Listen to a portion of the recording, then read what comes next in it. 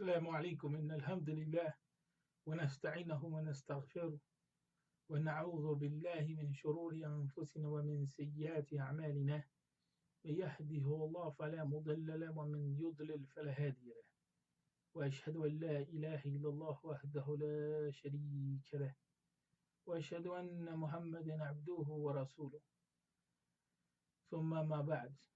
In this session of Fiqh of Da'wah, we want to reflect on the principle knowledge precedes action, and utilize this principle to formulate a discussion on how it is that we should undertake da'wah. And mind you that this is just one perspective of the fiqh of da'wah. Understanding how to proceed in da'wah has become a science in the recent time.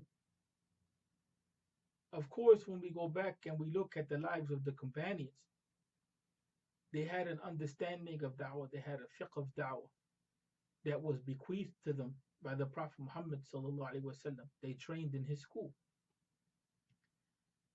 But today we find that whole departments in schools have arisen in Islamic universities around the world, and they have devoted themselves to understanding da'wah as a multi-layered science. So with that in mind, we don't want to fixate on one aspect of da'wah, but we want to investigate various aspects. And here we are investigating one aspect among others. The importance of grounding ourselves in knowledge before proceeding forward, either to engage da'wah or to act.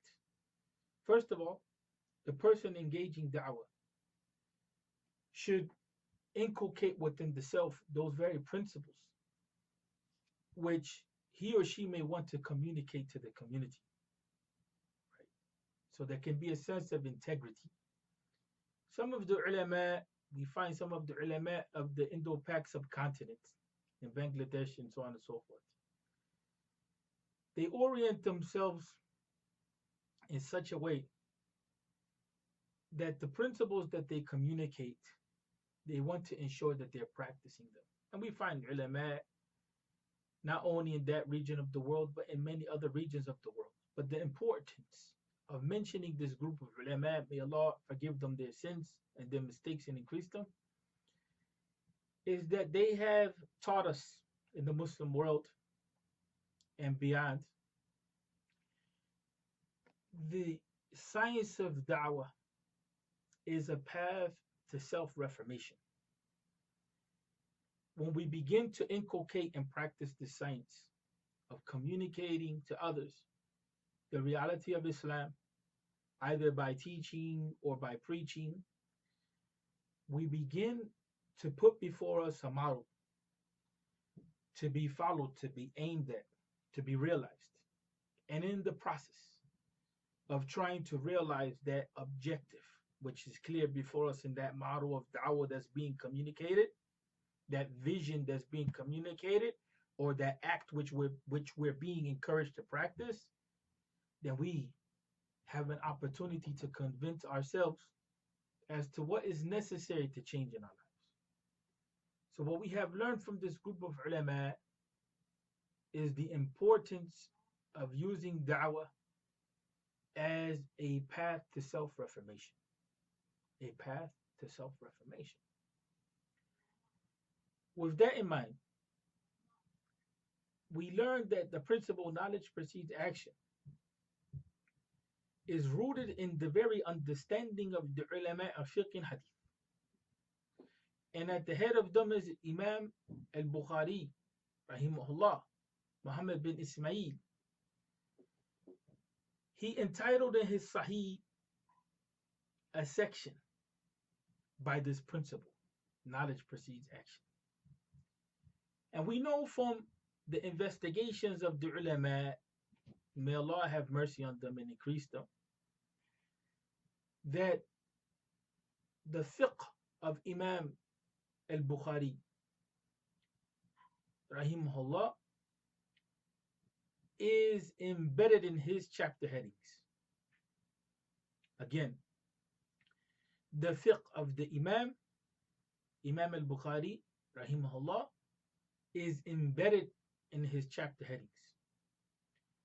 Imam al-Bukhari, rahmatullahi alayhi, was a mujtahid mutlaq, meaning that he didn't subscribe to any madhab. He had his own madhab. And we find that his sahih, his collection of a hadith, is a manifestation of his fiqh. Imam al-Bukhari, rahmatullahi alayhi, is known to have compiled a collection of hadith which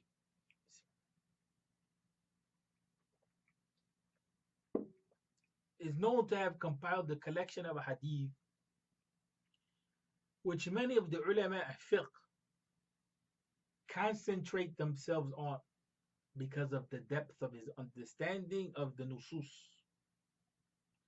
because of the depth of his understanding of the textual evidences of the prophetic legacy, or what we call the sunnah. Imam al-Bukhari, rahmatullahi alayhi, his sahih is not that easy to use.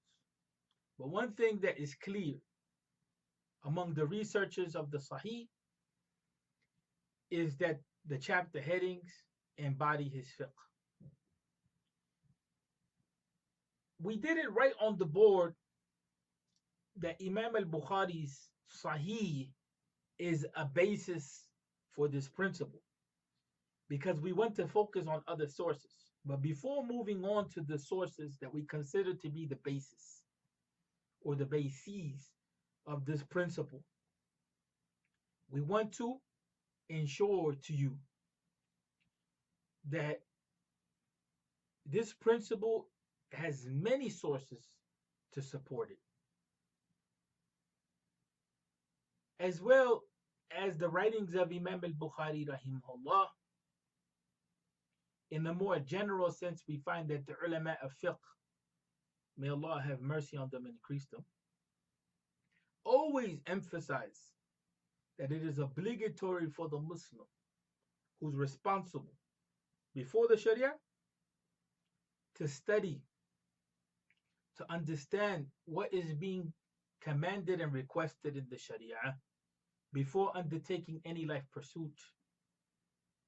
So, for instance, a person that wants to get married, prior to getting married, it's not obligatory to undertake a study of what is required in marriage.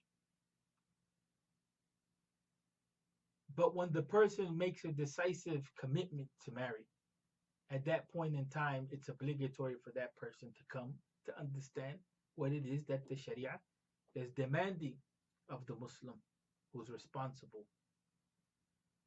So then at that point in time, the Muslim should engage a study of what it requires to be married, what it requires of him or her to be a married person. And the same thing with economic transactions. Prior to engaging in economic transaction of a specific source or specific type, it's not necessary to come to understand what is obligated, right, of him or her by the Sharia. But once the decisive intention is made, the commitment is made to engage renting or engage selling, whatever it may be that the transaction may be like, in form and source. It may be transaction in gold, it may be a transaction in cash, it may be a transaction with agricultural goods. Whatever it may be, prior to engaging the action, it's not obligatory to understand what is required, but as soon as the person makes a decisive intention to engage the action, then prior to engaging the action and after the decisive intention is made in commitment, then the person is obligated to undertake a study to understand how to proceed forward. And this is very scientific in the sense that any action that we engage should fundamentally be studied, planned, and we should have some sense of orientation before proceeding forward. So then we see that the fiqh gives us a solid culture of organization. The fiqh gives us a solid understanding of planning and strategy, and a sense of professionality, which we lack. But before going on to that point, let us talk about the bases. There are two here. The first basis for this principle is the hadith of Jibreel. We find in the hadith of Jibreel, we're not going to go into detail with the hadith of Jibreel because this session, I don't want to prolong it so that it can be digestible. But a detailed study of the hadith of Jibreel would be quite beneficial. But what we learn is that Jibreel, first of all, asked the Prophet Muhammad ﷺ about Islam. And the Prophet Muhammad responds that Islam is to say the Shahada, Ashhadu an la ilaha illallah wa ashhadu anna Muhammad Rasulullah, then to establish the Salah, and then after that the Zakat, and after that fasting of Ramadan, and then the Hajj. Right? And then the Hajj. Now the order is not necessarily important regarding the pillars right now, because as Imam al-Nawawi rahimahullah mentioned in reference to this hadith, order is just a consequence of us understanding the priority in the pillars. But in this hadith, we're just mentioning the pillars, right? Some ulama are not for that opinion. They say that the order of the obligations of Islam should be mentioned as they come as far as priority is concerned. So first we have the Salah, and then we have fasting, and then we have Zakah, and then we have Hajj. Here, what is important is that the Prophet Muhammad sallallahu alaihi wasallam, he tells Jibreel that Islam constitutes what? To say the Shahada and then to act upon it. So the Da'iyah then should take a lesson from this. The basics of Iman here are required, right? To understand the Shahada, and not the usul of the Iman, not the usul of the Iman that's being communicated in the Hadith of Jibreel. Iman here is limited to the Shahada, that which makes your actions sound in the Sharia, acceptable before Allah Ta'ala, worthy of reward or punishment. The Shahada is mentioned in brief, and then action is emphasized, practice is emphasized. So then that means that the priority here of the Da'iyah should be to found the practice of the Muslim on this understanding that we find in Hadith Jibreel. The understanding that we find in Hadith Jibreel is that we should communicate to the people, firstly, the realities of La ilaha illallah wa Muhammad Rasulullah in brief, not in detail, in brief. And then build their understanding of how to practice, especially Salah, especially fasting in Ramadan, the basics of Zakah, and what's required in Hajj. Second, we learn that there's another basis for this principle, and it's very rooted also in the understanding of Hadith Jibreel, except that we find it's attributed to Imam Abu Hanifa rahmatullahi alayhi. And what we find is that Abu Hanifa rahimahullah classified fiqh into three types. He said that there's fiqh al-akbar, fiqh al-awsat, or fiqh al-asgar. This is attributed to the Imam rahmatullahi alayhi. Fiqh al-akbar is the greater understanding. Okay, the greater understanding And that's what we call the study of Aqidah. Study of Aqidah. And then the intermediate understanding is what we call what? The science of Tazkiyat al-Nafs, or purification of the self. And then we find the primary understanding, or Fiqh al-Asghar. So Fiqh al-Awsat has to do with purification of the self, and Fiqh al-Asghar has to do with action. The fiqh that we find in fiqh books, in madhabi fiqh or otherwise. But Fiqh al-Asghar, or the primary understanding, is that understanding which what teaches us about action. And we know that Imam Abu Hanifa rahmatullahi alayhi was a person that used to be engaged in scholarly debate and investigation into matters of creed or aqidah, and that he left that type of investigation and discussion after being founded in it to be a person that devoted his life to fiqh in the sense of fiqh al-asghar, or the primary understanding, because of the benefit that this brings to people. Not to say that aqidah doesn't bring benefit to people, but not everybody is obligated to understand aqidah in a detailed sense. This is from the Furud al-Kifayah.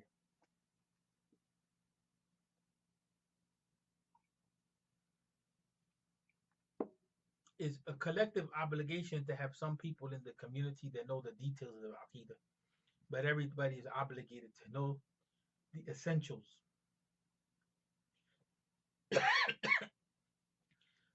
And from a tarbawi, or educational, spiritual, educational perspective, this makes a lot of sense, because when you have a lot of people studying the details of aqidah and not understanding what the primary obligations of Islam are, then what you find is confusion, because you find people turning aqidah into a philosophical investigation and debate rather than a reality to be lived. When the person is grounded in their practice of Islam, not just their understanding of Islam, when a person is grounded in their practice of Islam, and we learn from Hadith Jibril that is sufficient for the Muslim to understand La ilaha illallah wa Muhammad Rasulullah. Although that's an ocean in itself, but still to understand the basics of that shahada, or that kalima, is sufficient thereafter to begin to practice.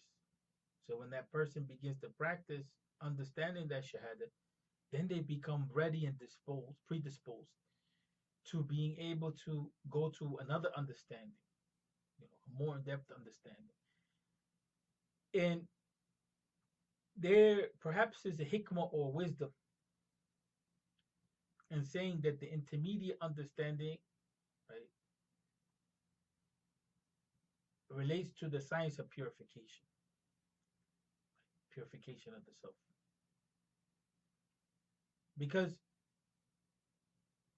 studying aqidah, or engaging a greater understanding without a purified self, or self at least that's struggling to purify itself, opens up the door to a lot of problems. Right? So what we find is Imam Abu Hanifa's classification teaches us the same thing that the Hadith of Jibril teaches us, except from a different angle. The Hadith of Jibril teaches us Islam comes first, the study of what Islam is, then the study of Iman, the usul of the Iman, the essential, foundational, general, overriding, overarching principles of what is agreed upon in Aqidah.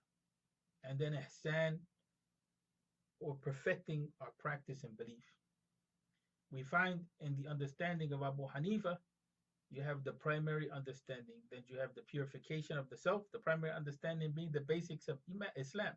Then we move on to the purification of the self, which is in some sense ihsan. And then we have the greater understanding, which is the foundation and the core of all of our lives, which is the study of Aqidah in detail.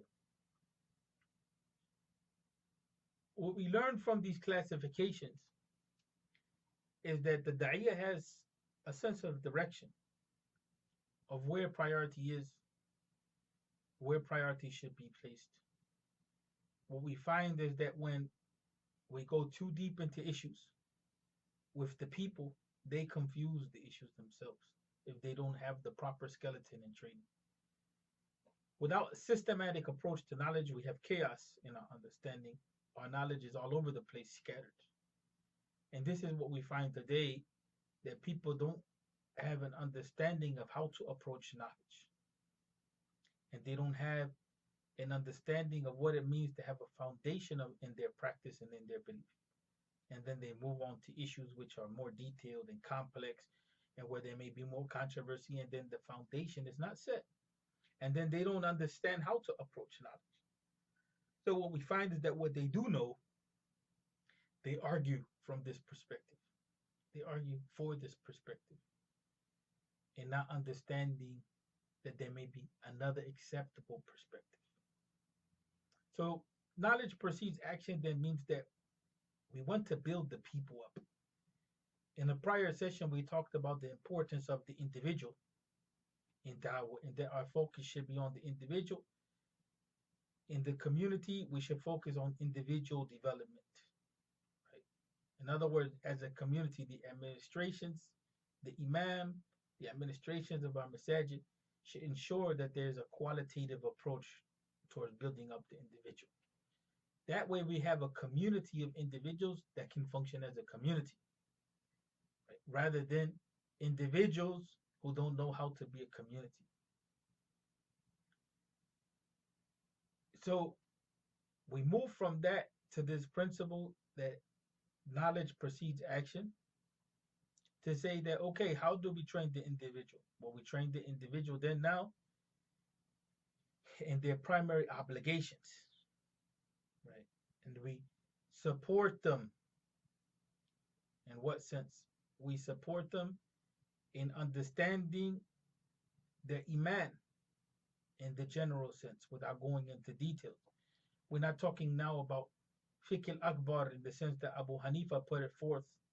We're talking about what the Hadith of Jibreel put forth. First, we teach the people Islam. Then we teach them Iman as laid out in Hadith of Jibreel, and that's the usul of Iman, or the foundations of Iman. And then we encourage them to ihsan, to perfect or make excellent their practice. Right?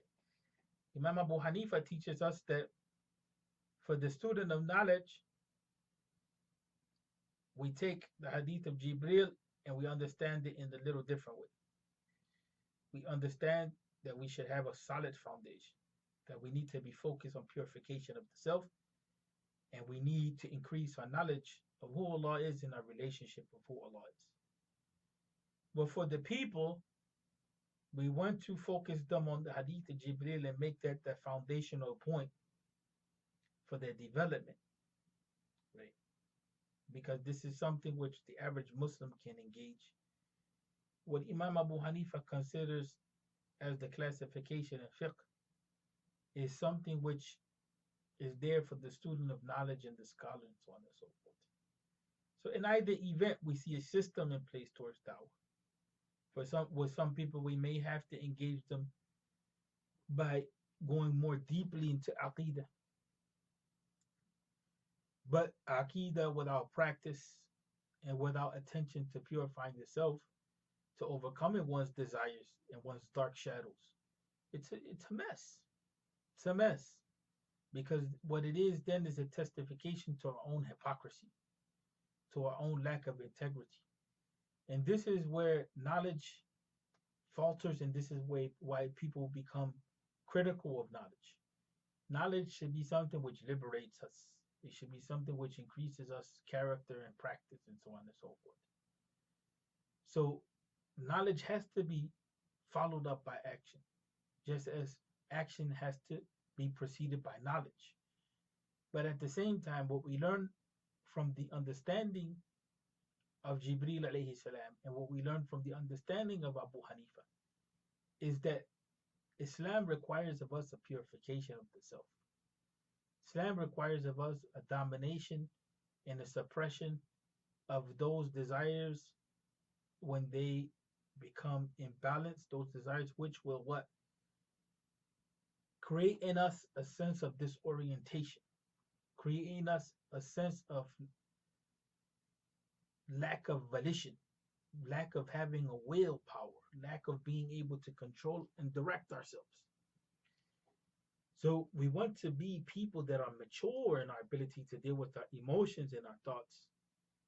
And we want to be people of integrity in which the principles of Islam are rooted not only in our understanding, but in our very practice, so that we ourselves become models of what Islam should be.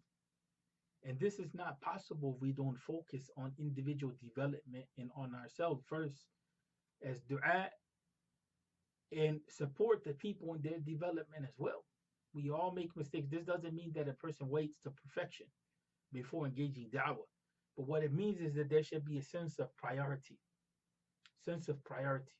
So the person engaging da'wah has to look at himself or herself and say, what is it that I need to change? And then also in the process of calling others,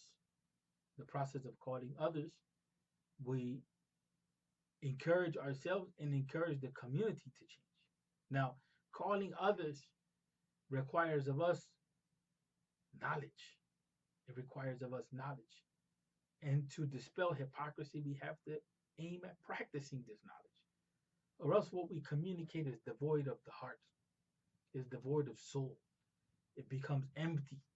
But when there's congruity, right? When there's congruity, when there's congruence between practice and understanding, then that integrity itself is a proof, is an evidence which gives support to the da'wah that we are communicating. And this requires of us to really focus on the soul,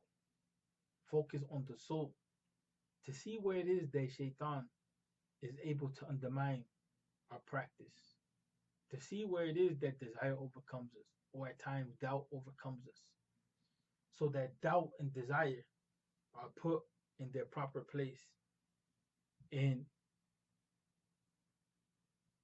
peace with the self and certainty reign over doubt and desire. Peace and certainty reign over doubt and desire. So in the hadith of Jibreel, we learn that action comes first. After the Shahada, La ilaha illallah, action comes first. It is as though we're being taught, O Muslims, practice your deen, practice your deen, practice your deen. Practice the essentials, establish the foundation for yourself, and then grow in Imam. The Shahada is enough to save you from the hellfire. Then go into the details of Iman, but knowing the foundations after that, and then perfect that. That's what we learned from the hadith of Jibreel. And those details that are being put out there are not the details that we find in the books of Aqidah. The details are still considered to be the essentials, general principles which are agreed upon. The hadith of Jibreel is teaching us to stay on that which is firm, to stay on that which is agreed upon. And Imam Abu Hanifa rahmatullahi alayhi, he teaches us, O students of knowledge, O people of da'wah, focus on having a priority to yourself, your life, your message. Focus on understanding the basics of practice. Research that which is essential for practice, and then focus on purifying the self before you engage with details in Aqidah, or else you may slip and your practice will not be there firm to carry you.